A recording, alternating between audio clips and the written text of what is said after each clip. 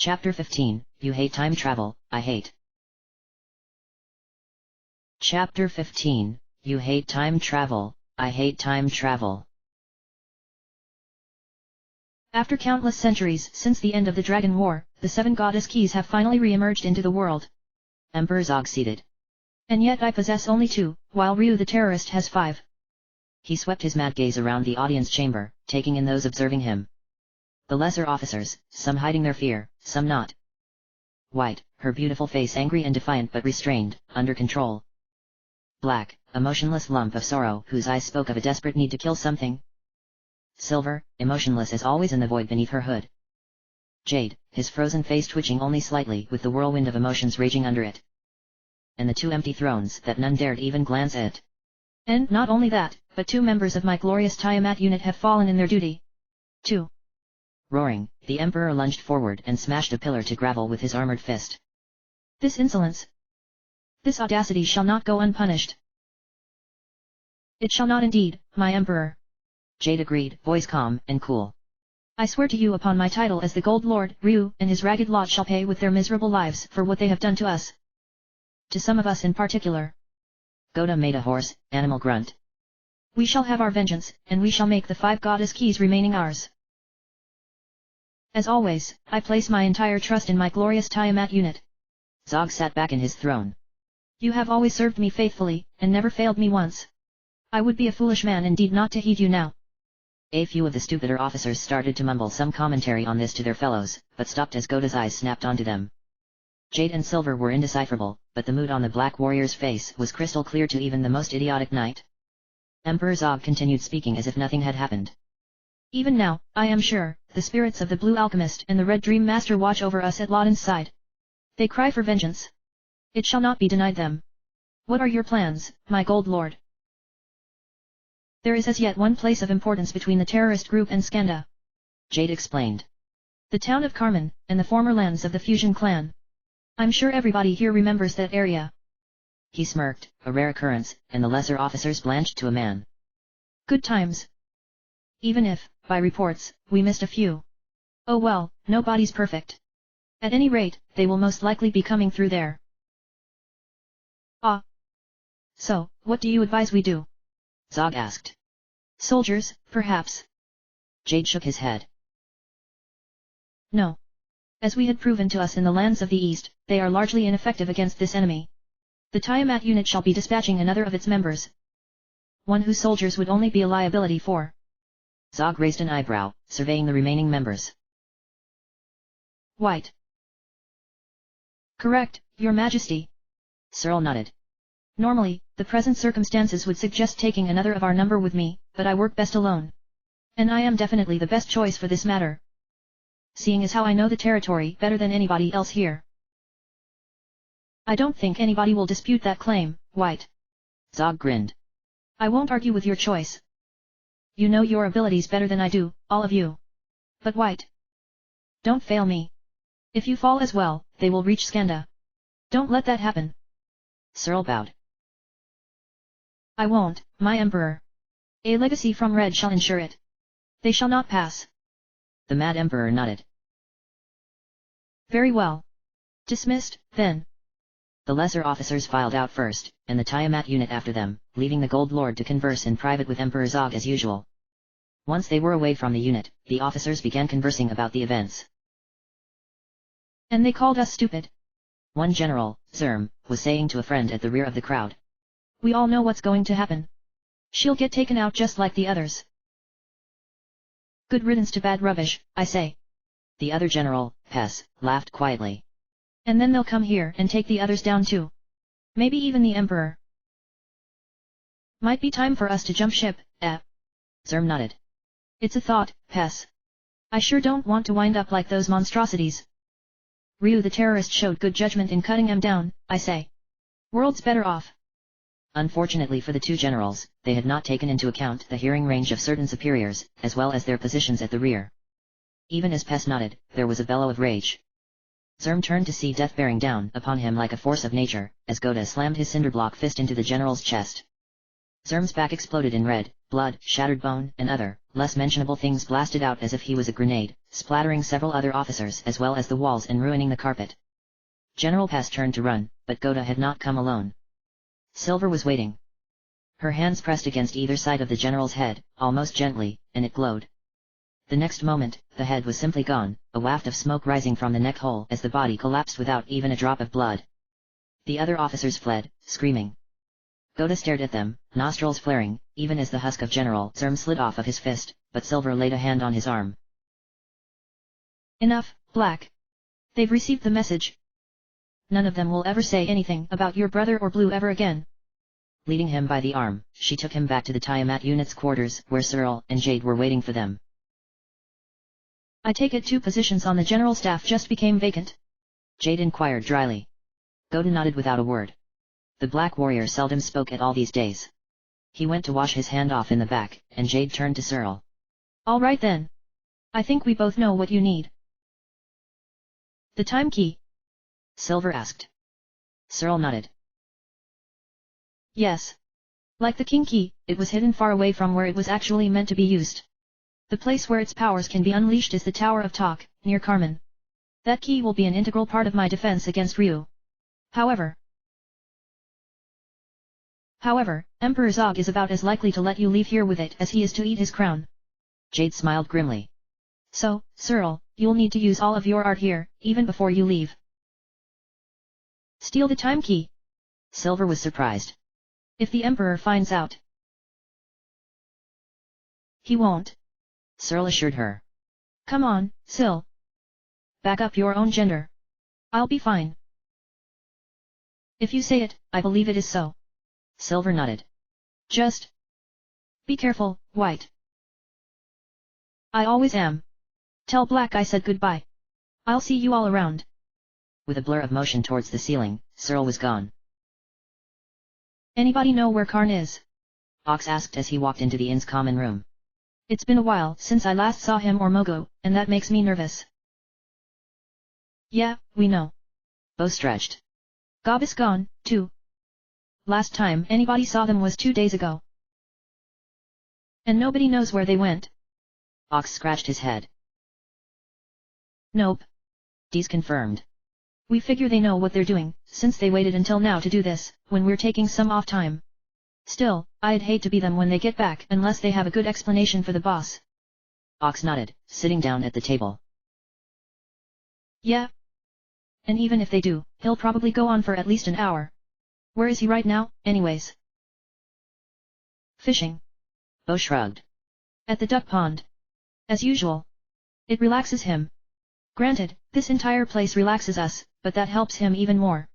Nina's out there with them. I didn't know that. Dee smirked. Shouldn't they be chaperoned? Ox and Bo glanced at each other. You tell her. The big builder clan said. Bo sighed. No. They have a problem. I assume you know about the Wing clan's great bird ability. Yeah, I know. Dees nodded. Oh. They have a law against relationships outside the clan, don't they? It's even worse than that. Bo shook his head. Since she's the princess, if she breaks the rules, it'll be setting an example to the entire clan. One she can't afford to. Responsibility and all that. The sorceress made a rude noise. This is why I always avoided positions of authority. They suck. How's the boss taking it? Better than most would. Bo admitted. He doesn't try to push her about it. He just kind of smiles and shrugs and pretends it doesn't bother him much. Out there, they're probably just making small talk, or not even saying anything at all. That's all they can do, really. Yeah. Dees bit her lip. We're going to have to do something about that, though. Oh, not me. Ox held up his hands. I'm absolutely useless at this kind of thing. You're the one who went after her when she broke down. Bo objected. Ox nodded. Yeah, but then all I had to do was listen and give her an arm to cry on. That, I'm good at. But actually solving the problem? I'd just make it worse. Well, you're married, aren't you? Dees demanded. Yeah, but we didn't have any problems with that. Ox shook his head. We're both just ordinary folks in our clan. Fine, fine. She gave in. Me and Bo will think of something. There's no way we're just letting this slide, though. Think we'll have time to sort it out before we get going. Doubt it. Bo frowned. I think as soon as those 2 idiots and Mocha get back, we'll be hitting the road again. Maybe next time we take some time off. Maybe. Dees frowned. Will we get more time off? What's still between us and Skanda, anyways? Well, there's a town called Carmen. Ox thought for a moment. Also, some other old tower. Think it's called Talk.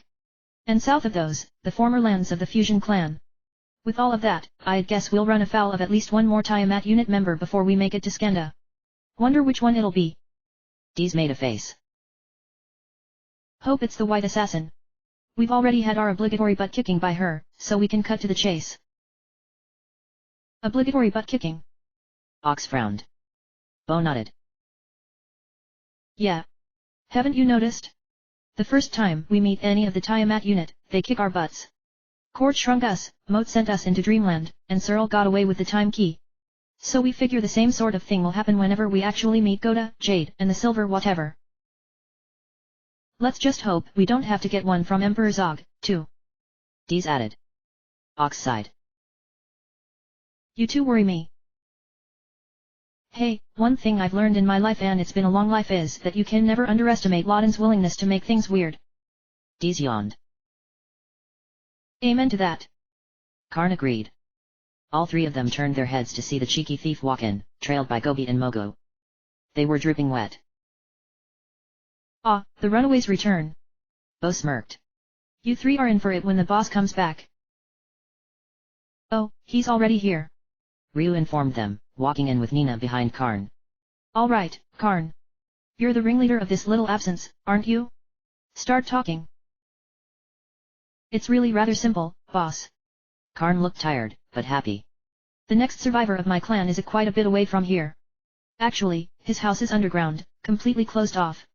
So when we had some off time, I talked Gobi into taking me there and Mogu into coming along to dig our way in.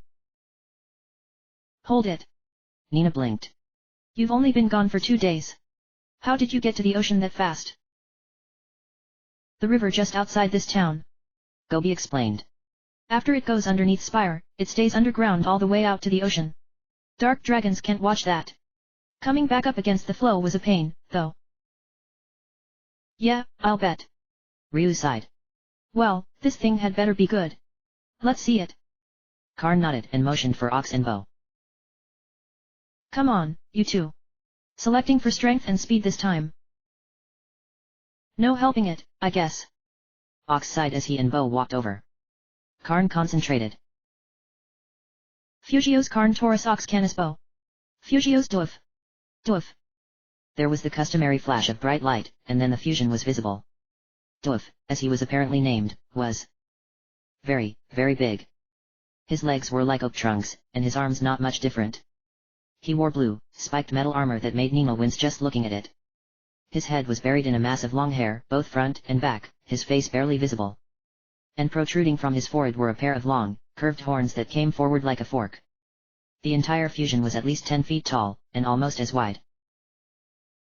Well. Dees blinked.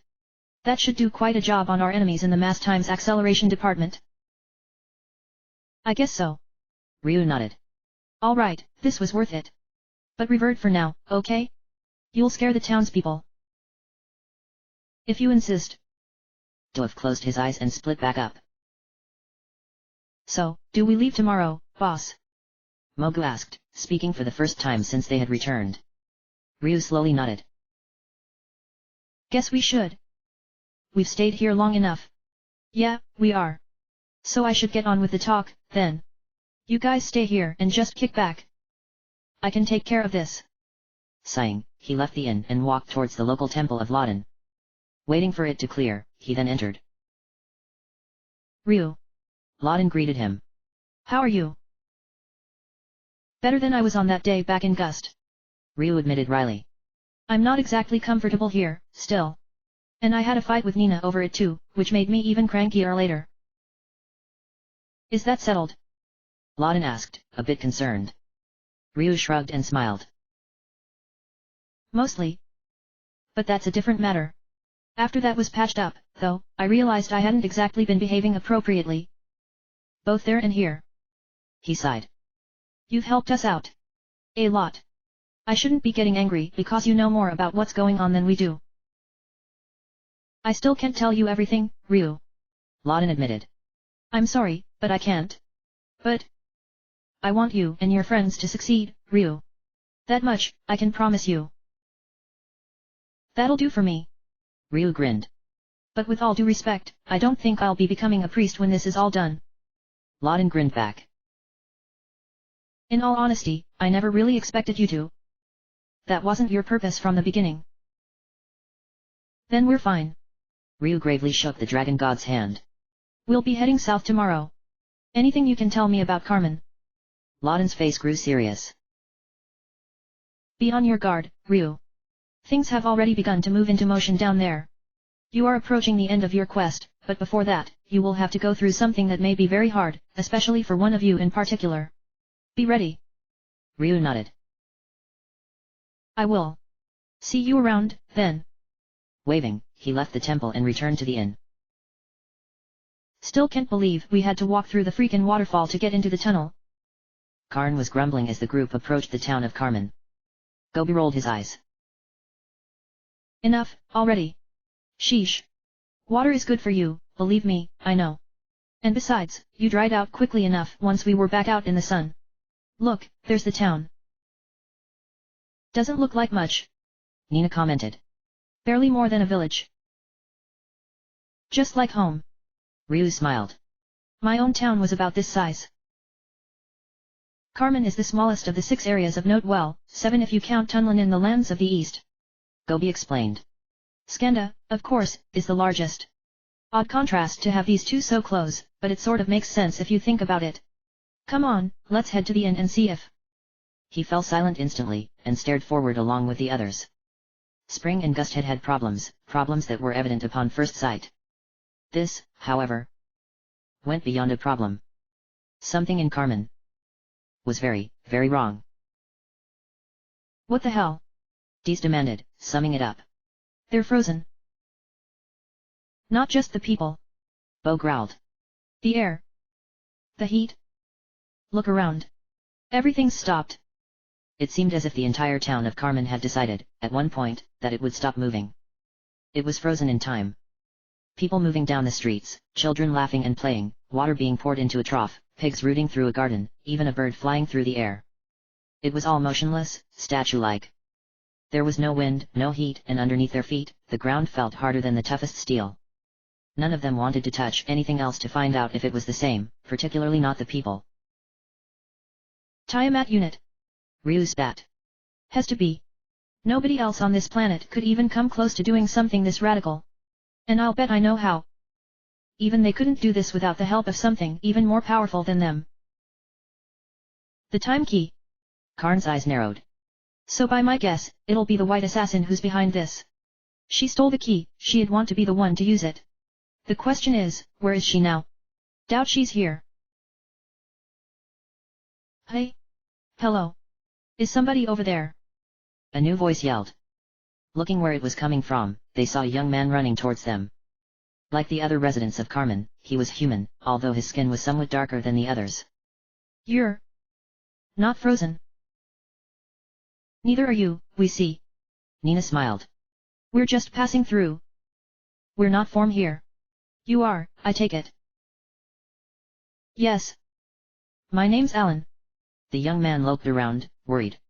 I have no idea what happened here. I went up north for a few days, and when I came back, this place was like this. The heroes exchanged a few glances. We think somebody might be using a goddess key to do this, Ryu said after a moment. The time key. Alan's face paled. Then they must be at Talk. Talk. Gobi blinked. Even I've never heard of that. Alan pointed towards the east. A tower, not as tall as Spire but still impressive, poked upward into the sky. They say that in the War of the Dragons, talk was used along with the time key as a horrible weapon. Nobody goes anywhere near it anymore except for the occasional daredevil. That definitely sounds like the place we need to go. Dees nodded. How do we get to this talk? Alan hesitated for a moment, then gave in. Head south from here. Once you reach a clump of trees, go east along the cliffs. You'll soon reach a trail that'll lead you up to the top of those cliffs. Talk'll be there. Thanks. Ryu smiled. We'll head up there tomorrow. See what we can do about this. We're kind of professionals when it comes to this kind of thing. Alan nodded. Thank you. I'll stay here. See if anything happens. Gobi shuddered. Your choice, friend. We'll probably camp outside. It's eerie here. Nobody disputed that. Watch out for gold dogfish, then. Alan advised. Sometimes they'll actually come out of the water and flop around in the mud to get a bite out of something. Or somebody. Nina shuddered. Thanks for the warning. The time freeze ended 20 feet away from the edge of the town. Once they were away from there, they made camp and slept like on any other night. The next morning, as they had told Alan, the group immediately made for talk. The tower of the time key was unremarkable, carved of light grey stone. The only noticeable thing about it was how its curved walls were perfectly circular, and the top equally flattened off. Inside, it appeared to be just another labyrinth. Soon, though, they found something far different. A steel plate in the floor, with a glowing light panel in the shape of an arrow. What's this all about? Dees wondered. Karn shrugged. Only one way to find out. Before anybody could stop him, he stepped onto the arrow tile.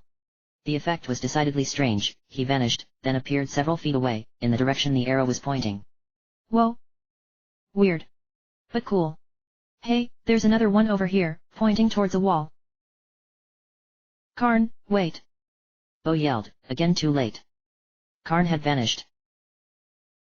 Hey, it worked. His voice yelled, muffled by the wall. Come on, guys. We probably have to use these things to get through here. Sighing, the rest of the group followed suit.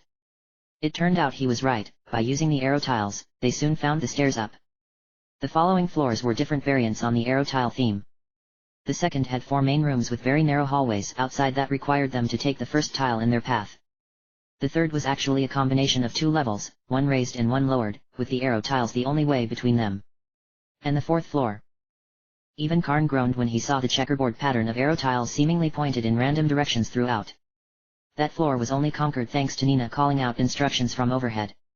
It was a very tired and irritated group that emerged onto the 5th floor and walked down the long hall towards the end. Did you have fun down there?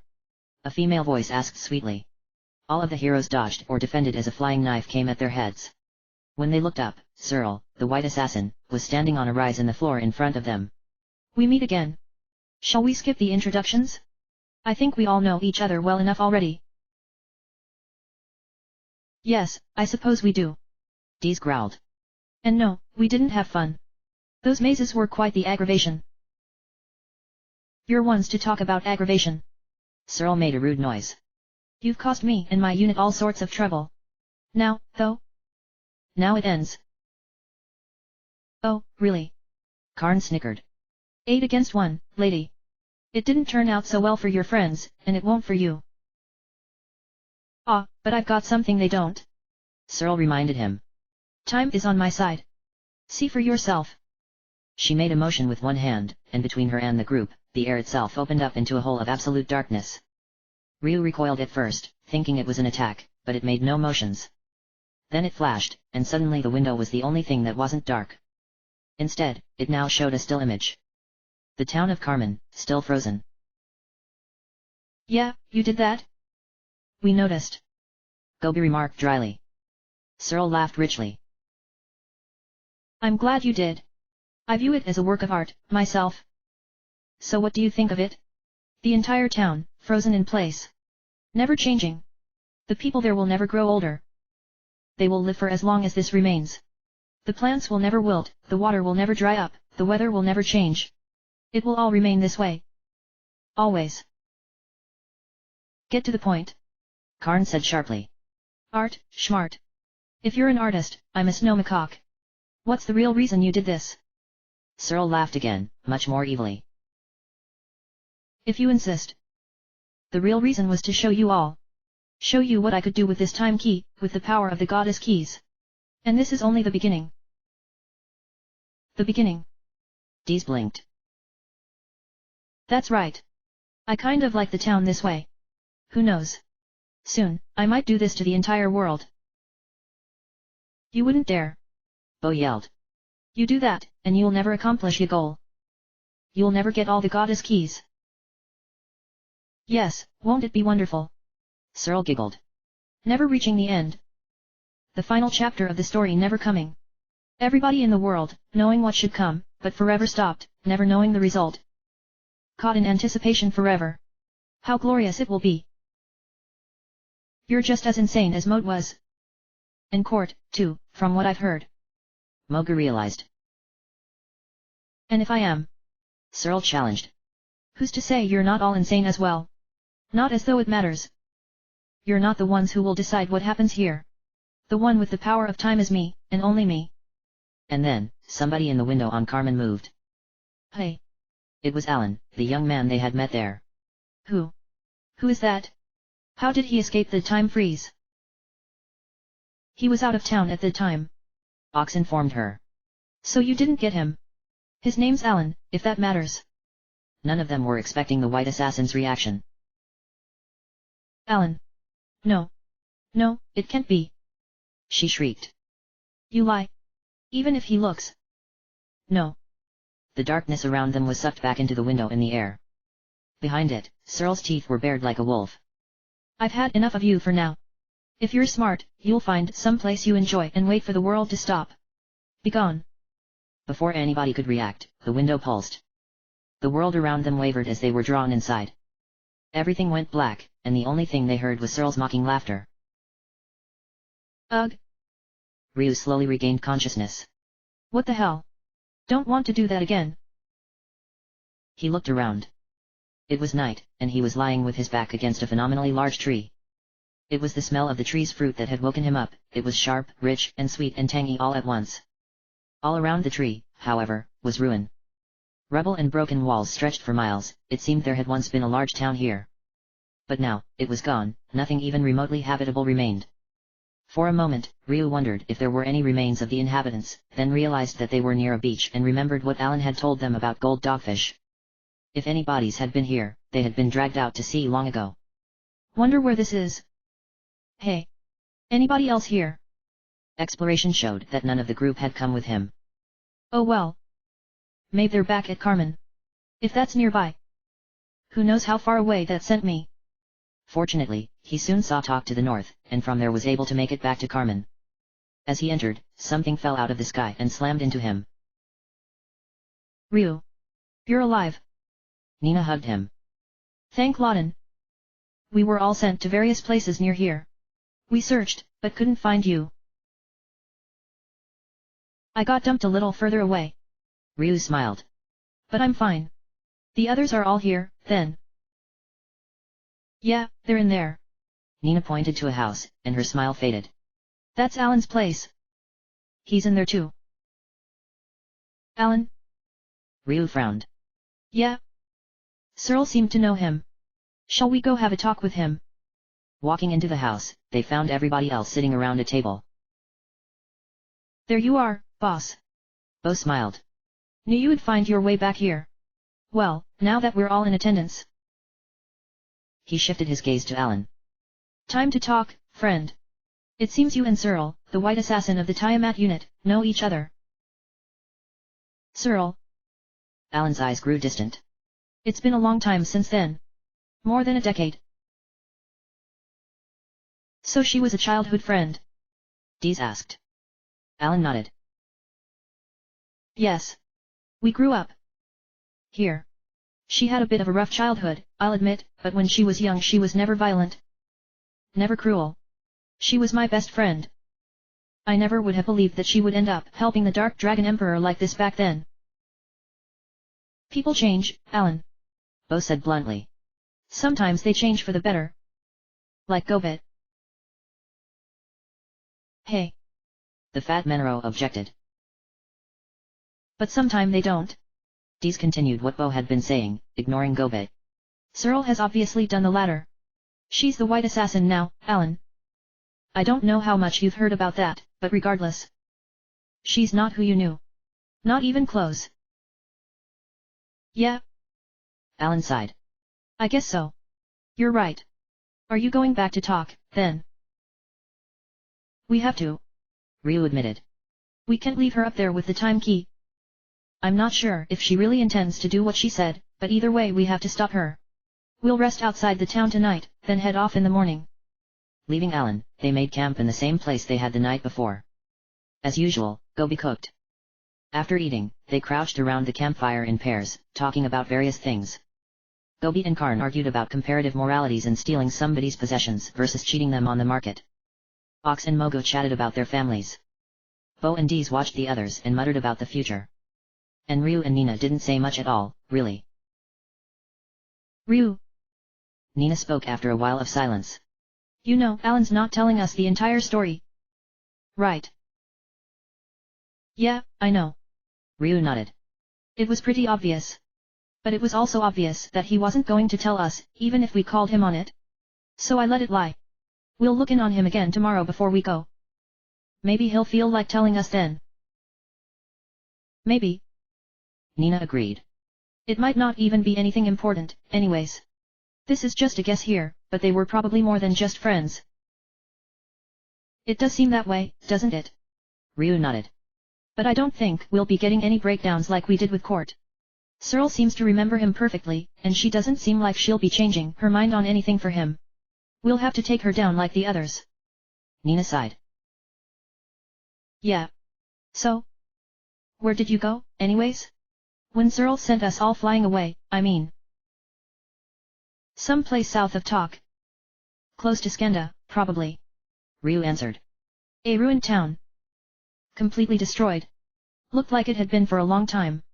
Huge fruit tree in the center, but that was the only thing still living there. He stopped. Nina's face had become grim. Listen, Ryu. Don't tell Karn about that place, okay? Just... don't. Ryu blinked in realization. That was... where the Fusion clan lived. Had to be. Nina nodded. That's the area. Ryu shook his head. I never thought of that. Fortunately, it wasn't on the main path, so when we're done with Searle, we can avoid it on our way to Skenda. That would probably be best. The princess agreed. No way to tell how he would react, and it probably wouldn't be a good idea to test it. We'll just ignore that place. That's the plan. Ryu nodded. We should probably turn in soon, I guess. In the morning, Karn went back into town to check on Alan. He soon returned, swearing. Boss, he's gone. What? Ryu demanded. What do you mean, gone? Gone, vanished, not there, disappeared, elsewhere. Karn yelled. He slipped out of town while we were sleeping. Where do you think he went? Mogu wondered. Karn shook his head bitterly. Only one place he could have. Talk. That idiot's going to see Searle. He'll get himself killed. No time for breakfast, then. Ryu decided. Come on, let's go. Back to Talk, on the double. Wheezing like a herd of stampeding buffalo, the heroes poured up the stairs into the room at the top of Talk. They had made it through the tower in record time. Fortunately, the layout of the mazes had remained the same. What they saw in front of them made them all fall silent immediately. Alan and Searle were calmly facing each other, and the white assassin was making no move to attack. Neither of them seemed to notice the heroes. Searle. It is you. Alan said softly. Searle was silent. It's been so long. Don't you remember? The days we were together. Don't be a fool. Searle snapped. Maybe I do. So what? I'm one of the Tiamat unit now. I have no past, and no future. You saw that made very clear. And don't try to tell me you don't remember that. Alan shook his head stubbornly. That doesn't matter. Ever since then. Even after what you told me, what you did, I always dreamed of the day I would find you again. Ha! Searle suddenly lunged forward, and Alan went spinning off the podium in a trail of blood. The white assassin turned to the heroes, ignoring the dripping dagger in her hand. Then you're twice the fool I thought. Don't try to get sappy on me. The Searle of my childhood died on that day, along with everybody else in our clan. You dirty! Nina glared at her. That's how you treat somebody who cared that much about you. Hey, I didn't tell him to come back here. Searle shrugged. I had to become this way in order to survive. I learned to be tough. Cold. A killer. In other words, the white assassin. If he's too stupid to realize that, on his head be it. I'll kill anybody who gets in my way. Even him. Funny. Karn smiled humorlessly, drawing his own daggers. We've sort of followed a similar credo when it comes to dark dragons. Especially your two teammates. Care to see if we can make it 3? A rematch. Fine, I'm game. I could use something to pass the time, no pun intended. Laughing, Searle jumped backward, spinning and throwing daggers at them all. They blocked with their weapons as they ran forward, Nina flying to the moaning Alan's side as the others advanced on the white assassin. If that's all you do, you're in trouble, lady. Ox warned, missing with his sledge and smashing into a pillar. Searle snickered. Oh, I can do much more than that, believe me. Her hands blurred, and then the floors were covered with small, spiked obstacles. Caltrops. Karn stared. I didn't know anybody made those anymore. Watch out, people. Allow me to take care of those. Dees raised her staff, and the ground began shaking uncontrollably. The caltrops all slid down into huge cracks that appeared in the floor before sealing again. Searle was knocked off her feet as well, but she quickly scrambled back up, narrowly dodging pike and arrow from gobi and bow. Not bad. How about this, then? She threw something on the floor, and it erupted in pitch-black smoke. Coughing, the heroes covered their eyes. Over there. Bow fired, and there was a curse from Searle. The others concentrated their attack in that direction, but the white assassin eluded them again. Damn! Karn growled. This isn't working. Even if we hit her, it's only a glancing blow. You have an idea? Ryu asked, swiping with his sword and missing. Karn nodded. Yeah. Ox, Bow, come here. Everybody else, cover us. The heroes formed around the three. What do you think you're doing? Searle demanded, throwing another smoke bomb and attempting to jump over, only to be knocked aside by Mogu's claws. Grr. Whatever it is, it won't work. All right. Doth rumbled from behind the heroes. Now I just need to get in one god hit. Ryu, Nina, keep her busy on the ground. Gotcha. Nina flew up as Ryu began changing shape, becoming the Thunder Dragon. Searle cursed and tried to dodge back, but the Wing Clan princess remained above her, keeping her from jumping and blocking every attack with her rapier. I'll pluck those pretty wings down to the last feather when I... Yo. Searle moved to one side as a mighty blast of lightning scorched the earth where she had stood. Ryu fired again, and again she dodged. Not bad, but hey. Searle only had a momentary image of a mass even taller than Goda rushing at her. And then Doof slammed her, head down and horns first, through another stone pillar and into the far wall. She hit the ground and then slowly got up. Had enough? Doof asked. Searle glared at him, then laughed darkly. I had forgotten what you were, Karn. The Doof fusion, I see. Very impressive. The second most effective. I never managed to get any of them right, though.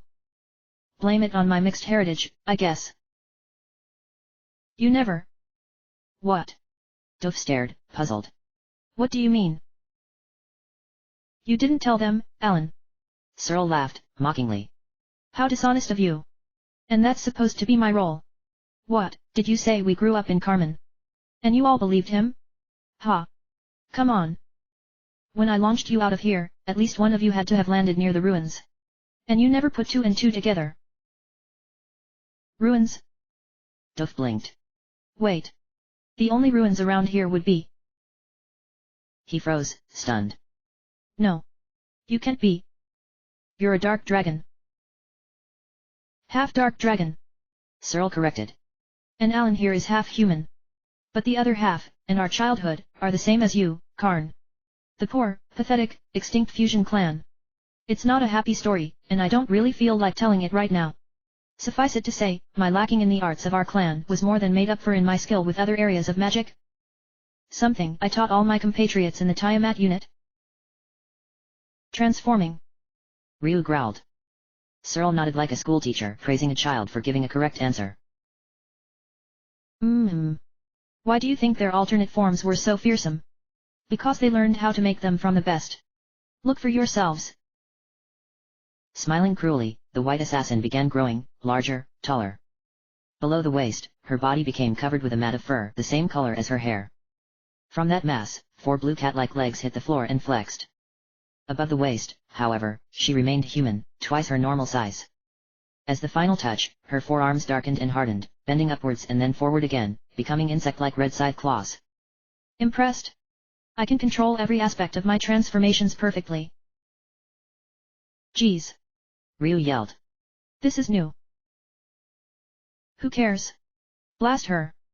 Dees responded, casting a spell. From around the 4 blue feet, a wave of frigid air spiraled upward, circling Searle endlessly and freezing every place it touched. The white assassin calmly waited for it to finish at her head, then flexed and shattered the ice effortlessly. Mogu and Gobi immediately ran up and began hacking at the legs. Oh my! Insects! Searle lifted her feet, mocked daintily. Guess I'll have to squash them. She bent over and lashed out brutally with her claws, and the two fell back, bleeding. Roaring, Ryu dived on her, raking her face with lightning. Searle's face contorted into an ugly scowl. Get off me, you! Stop right there!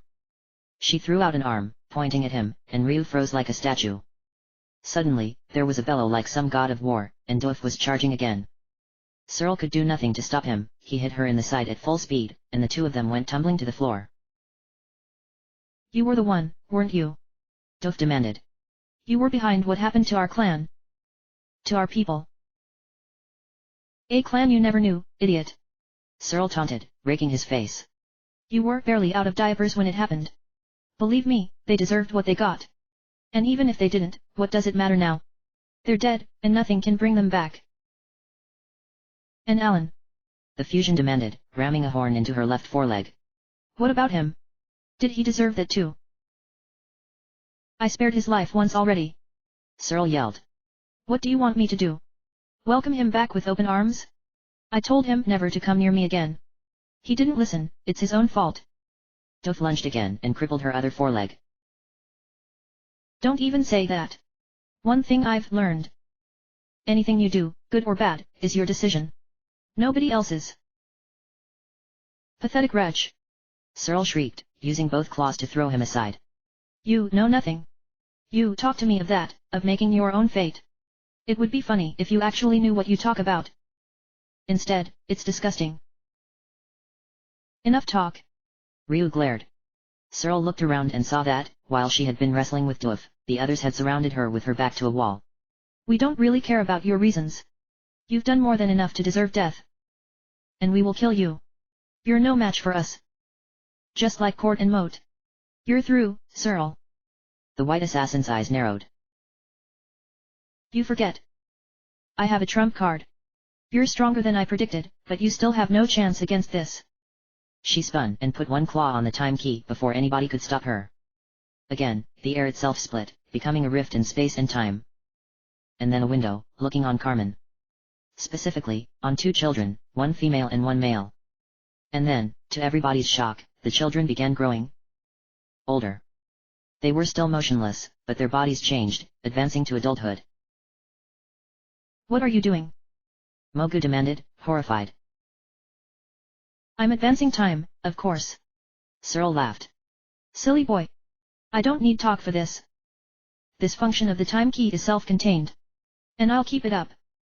Then eventually, poof. Everybody in town's old. And then they're gone. You can't kill me before I do that. So will you let the people be sacrificed to take me down? Damn. Gobi cursed. She's got us by the balls, boss. We've got no choice. We have to retreat. Pretty smart, for a fish. Searle sneered. Now, all of you, get out of here before it gets too late. No. Somebody croaked. It was Alan, his wounds healed by Nina. He ran towards Searle. Stop! I won't let you do this to another town, Searle. You can't. I know you won't. Get away from me! Searle shrieked, and the window shifted. The heroes each had time for only one curse as they were drawn into it once more. But this time, 2 more were drawn in as well. Alan and Searle both, the latter still holding the time key and trailing curses as they spiraled down into the darkness.